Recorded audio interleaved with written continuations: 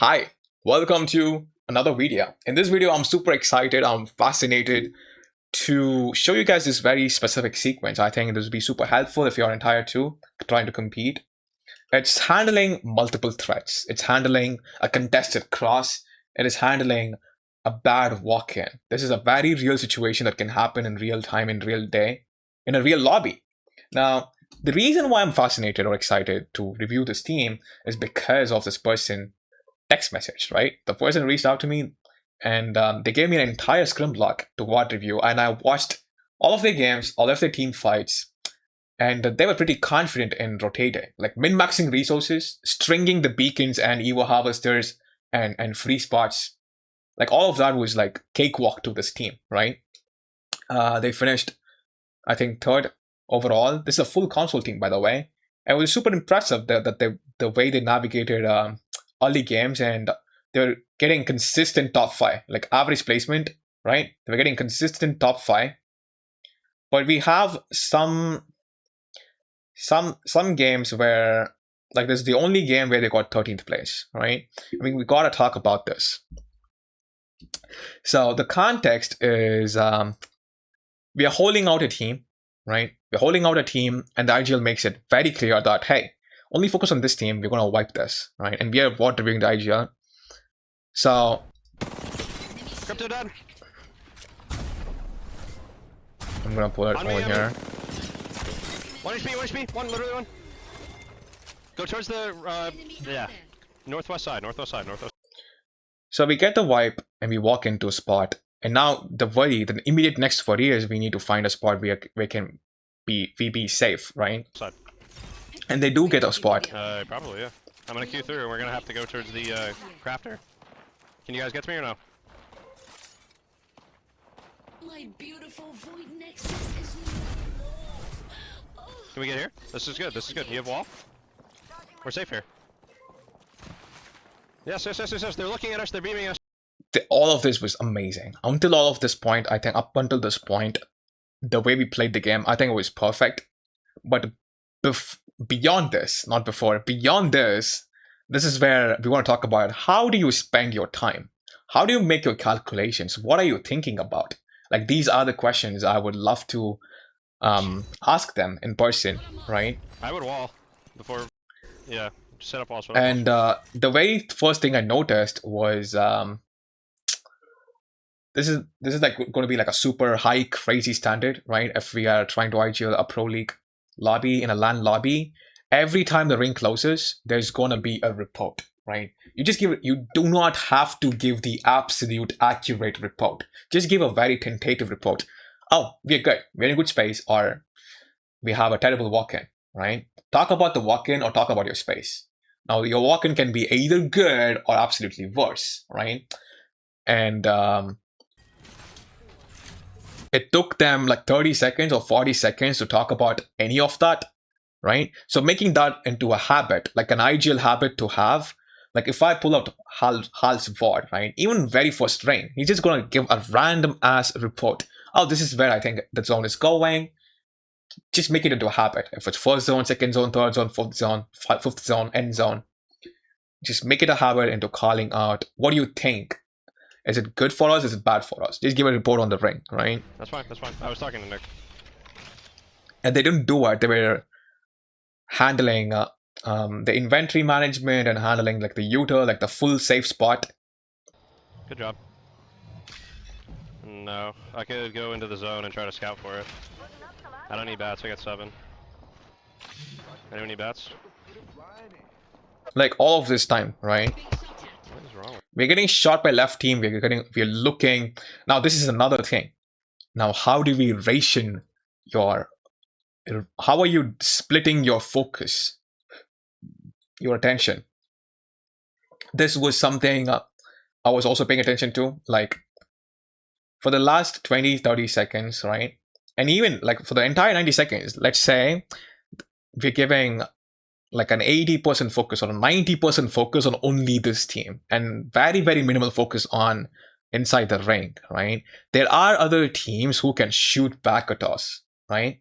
And the way we divide our attention, we have 3 people and we have 3 different guns, right? So how do we divide our attention as individuals and as teams? Like that is how we can measure, hey, how are you valuing your space? How are you using your time, right? I mean, today. Shields recharging. How close are you to castle wall? So coming back to macro, this the very first time he takes a look at the ring, like full zoomed in ring, and he's probably going to be thinking about it, right? There's an EMP You're getting incoming. I think we're good. I think we have to play below. Right around this mark, right? We talk about this after a long time, right? And after this, we have to evaluate every pathing to that spot is fucked, right? Like even if you go left, you're gonna have to go low ground. If you have to go right, everything is fucked, right? You either a thumb rule that I like recommending to IGLs out there is evaluate your current space. If you can't win from your current space, if you can't defend, if you're not in gut spot, right, you just have to kill the lobby. Now pick in which order you want to kill the teams. Like pretty much just that, right? You can either, if this team in the tunnel they were fighting, you go third party that. You clear this side of zone, and then you have a free walk in. If they're not, you have to ISO fight them. You ISO 3v3 them, right? If there's the other side, you will have to either take isolated 3v3, pinch a team, mirror a team, third party, right? You will have to handle a team.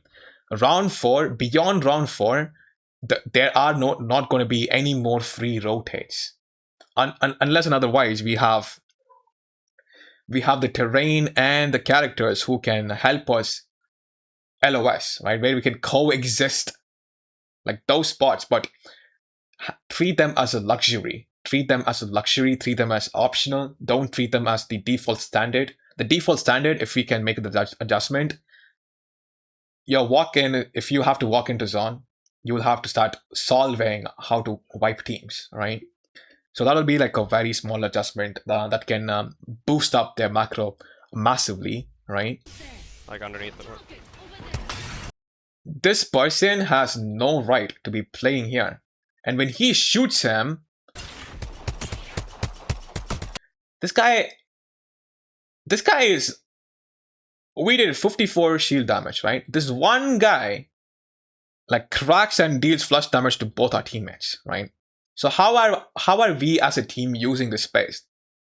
Like all of this matters, like all of this mental calculation matters, because now the alter is forced to look out for you, right? He could be spending the time to look into zone, right? To shoot people in zone. Now, why would you shoot people in zone? Because if we don't do that, they're going to feel a lot comfortable to peek us when we're trying to take this 3v3. Right? When we're trying to take this 3v3, we want them to double guess. We want them to second guess.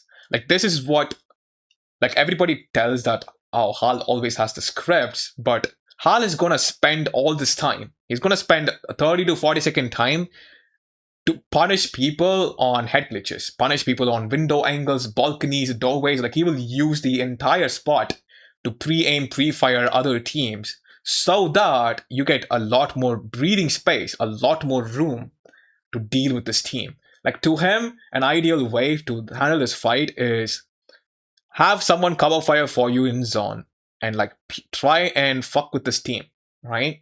And maybe you even get to walk out and put a nexus when you knock someone and get to stare at them completely. Like that could be a very doable play, right? A very possible play. So how we use this time and how our entire team is able to handle more than one threat. Like this is like a very common thing across tier 2, right? So for the entire 90 seconds, You guys are we good? were only worried about the tunnel team. While like we could be breaking the drone, right? We could be, Yeah, you're fine, you're fine, you're fine. We just have to hold them out. and this team does the same thing, right? They do the same thing because our teammates are playing in a very questionable spot. And we get Kraybird from like the back, and this team knows it, right? Should be good to rest. Yeah, you should be good. Close range. So this is an interesting sequence again. So we see two people. We're playing for the rest. We're playing for the reset. We see two people. For him, they're like, oh, this is where they're starting to push, right? So it should take them to come here. I need to see what is going on. So he goes there, which is beautiful. Okay, They're pushing up. They're pushing up. 30 seconds. this is beautiful. We play safe here, and he's been watching this, and he's only seen two people. Wait, there's a guy on you? This is a slip, right? A guy just slipped all of us, and this guy belongs to the tunnel team. And in real time, this is the kind of situation where it fucks everything, right? We give up the angle, we collapse on our teammate. He does kill the Valkyrie, but we have collapsed our angles, right? I'm here. Right now, we just, you know, at their mercy. Right? That one sequence. Now, how can that one sequence happen? We'll talk about that, okay? I think we're good. We are like super passive and conservative on how we play this space. I'll tell you, there is a cross that they can solve the cross to slip you, right? I think we have to play below, Move there. like underneath it. Rocket over. So when our Newcastle gets Greybird, Rampart's cracked. I want you to see, we see the entry points of the doorway. That is the only thing we see, right? So when we, like, there is a very real possibility, like this is a very short cross, right? If our altar takes cover, they can slip. It's one slide jump, right? Rampart's 1 HP. You guys are good? Yeah, you're fine. You're fine. I'm fine. And that can happen at any time. Like all of this time, the Valkyrie could be just sitting, crouching here. We don't know. We don't know. I don't know what is happening in the front side of the box. The willingness to know more, that reduces drastically when there's multiple threats, right? And this is where holding space and peeking, like tight peeking, really helps you. Like that's going to be like a massive skill difference.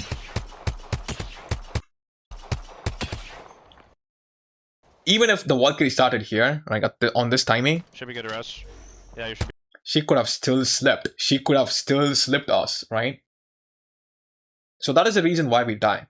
But the setup was poor because we were not willing to, like, we just have one guy stare at this and have two people stare at zone, right? We have two people stare at zone. This beacon team, they have Kraber.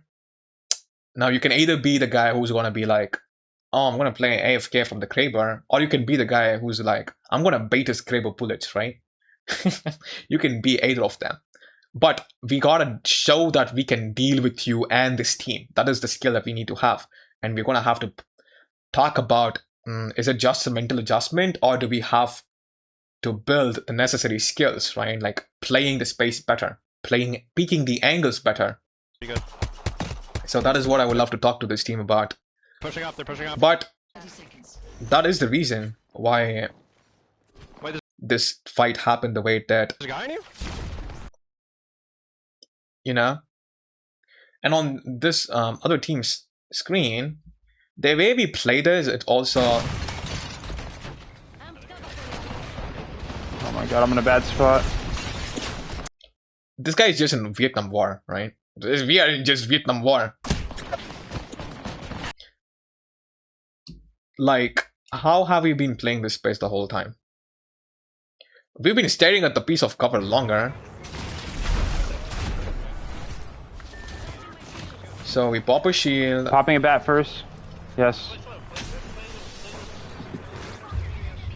There's a team on the tunnel.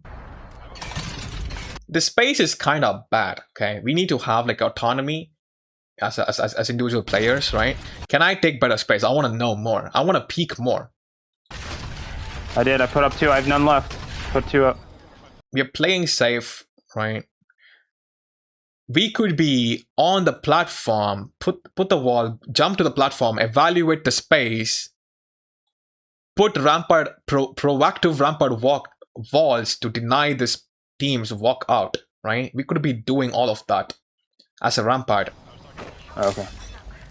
But I need energy. You guys don't have energy. Here are 2 batteries for you Do we do this? We're already having good pieces of cover here, right? We're playing as if the entire lobby is gonna kill us the same exact time. Like there's gonna collude on us the entire time. I'm good. I've unlimited. That is the body language I'm getting from this player. Oh, We just have to handle LOS. We need to handle LOS, right? We need to handle LOS. We need to know. We need to have conversations about this. We need to, like, that will be the micro. That will be the micro. To solve this, you're gonna have to, like, think about a pendulum, right? Think about a pendulum. You're gonna have to swing between LOS this team, shoot this team, right? And then spend 5 seconds LOSing this team and peek the other team. Like, that will be micro, right? To deal with multiple threats. So yeah, that is what I've got for you in this video. Like the ideal habits of reporting what do you think about the zone, and then the mental adjustment about, hey, if we have to walk in, we have to deal with teams, right? That is gonna take off a huge mental load. And then the micro, we're gonna have to handle more than one threat, right? We have to LOS a threat. We have really good space. We are treating this space as if my God. One of those shitty buildings with 4 into 4 square feet with 1 doorway and 3 windows. Like, that is how we are playing the space, where in reality it is not that space, right? We have ample amounts of cover, and we're not trying to understand what exactly do we get to LOS, right? The willingness to know about the lobby is pretty. There's a lot more room for improvement. Let's just put it that way. So yeah, that is what I got for you guys.